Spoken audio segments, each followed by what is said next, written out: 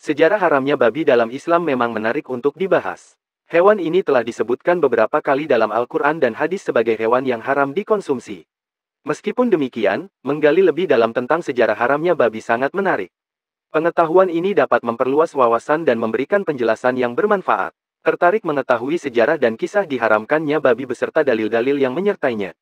Jangan lewatkan video ini dan tonton sampai selesai. Hukum dan sejarah haramnya babi dalam Islam berasal dari perintah Allah yang tertuang dalam Al-Quran dan hadis. Larangan mengonsumsi babi dimulai pada masa Nabi Muhammad di Makkah dan Madinah pada abad ke-7. Larangan ini merupakan bagian dari ajaran Islam yang telah diwariskan melalui generasi-generasi Muslim. Pada saat itu, banyak masyarakat Arab memeluk agama Islam setelah menerima dakwah dari Nabi Muhammad. Meskipun babi sangat populer sebagai bahan makanan di kalangan masyarakat Arab, Nabi Muhammad dengan tegas melarang umat Islam untuk memakannya dan mengharamkannya. Larangan ini merupakan bagian dari ketetapan agama Islam yang dijunjung tinggi dan dipegang teguh oleh umat Muslim hingga saat ini. Hukum haramnya babi dalam Islam menjadi sangat penting dan dipegang teguh oleh umat Islam di seluruh dunia. Larangan ini memiliki tujuan utama untuk menjaga kesehatan dan kebersihan tubuh umat Islam, sejalan dengan ajaran agama yang mengutamakan kebersihan dan kesehatan sebagai nilai-nilai yang sangat dihargai. Hukum ini mencerminkan kebijaksanaan Islam dalam memastikan kehidupan sehat dan berkeadilan bagi umatnya. Selain itu, hukum ini juga merupakan bentuk ibadah kepada Allah sebagai pencipta manusia dan segala isinya. Perintah untuk menghindari babi dan makanan yang haram lainnya dalam Islam merupakan tanda ketakwaan kepada Allah.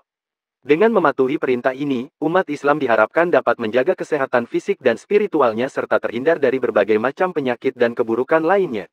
Hal ini mencerminkan pentingnya kepatuhan terhadap ajaran agama dalam memperoleh keberkahan dan keberhasilan dalam kehidupan. Dalam Islam, babi diharamkan karena beberapa alasan yang bersifat hukum dan kesehatan. Salah satu alasan utamanya adalah 1. Babi dianggap sebagai hewan yang tidak suci. Hewan-hewan seperti babi, anjing, dan binatang buas lainnya dianggap najis dalam ajaran Islam.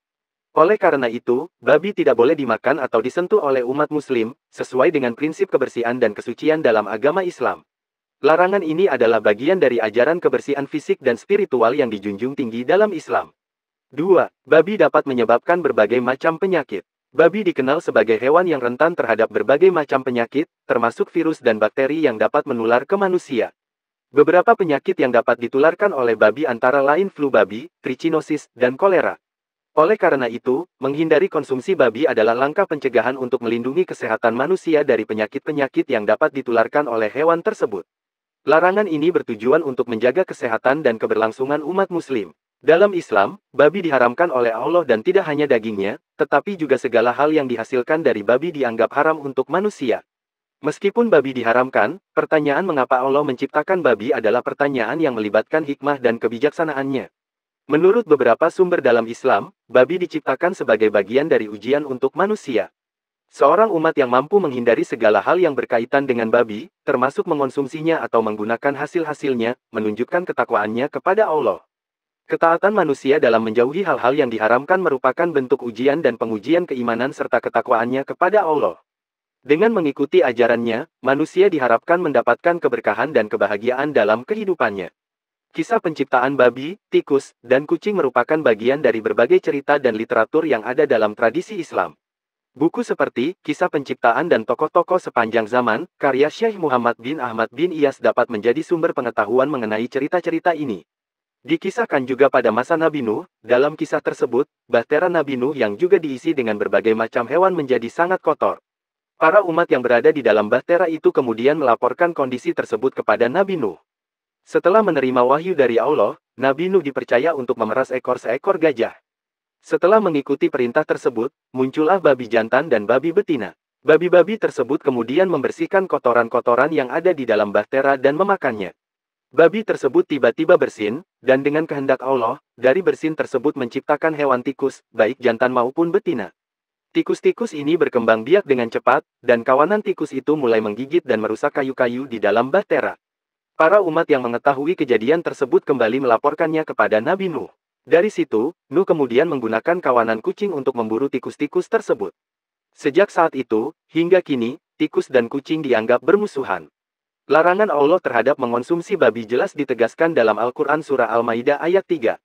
Ayat tersebut berbunyi, diharamkan bagimu memakan bangkai, darah, daging babi, daging hewan yang disembelih atas nama selain Allah, yang tercekik, yang terpukul, yang jatuh, yang ditanduk, dan diterkam binatang buas, kecuali yang sempat kamu menyembelihnya, dan diharamkan bagimu, yang disembelih untuk berhala. Larangan ini menegaskan hukum haram mengonsumsi babi dalam agama Islam, sesuai dengan ajaran Al-Quran. Sebagai manusia, kewajiban utama kita adalah beriman kepada Allah dan taat kepadanya. Allah sebagai pencipta yang maha mengetahui telah menetapkan aturan dan larangan untuk kebaikan manusia. Meskipun mungkin tidak selalu memahami sepenuhnya hikmah di balik larangan tersebut, kepercayaan dan ketaatan kepada ajarannya adalah hal yang utama. Dengan mematuhi larangan dan perintah Allah, manusia dapat hidup dalam kesejahteraan, takwa, dan keberkahan. Kepercayaan dan keyakinan kepada Allah adalah landasan utama dalam menjalani kehidupan sebagai seorang Muslim. Pendapat tersebut mencerminkan interpretasi beberapa orang terhadap larangan mengonsumsi babi dalam Islam. Mereka melihat larangan ini sebagai pelajaran moral, mengingat babi dicirikan dengan sifat-sifat yang dianggap negatif seperti kekotoran, kemalasan, dan kelakuan rakusnya.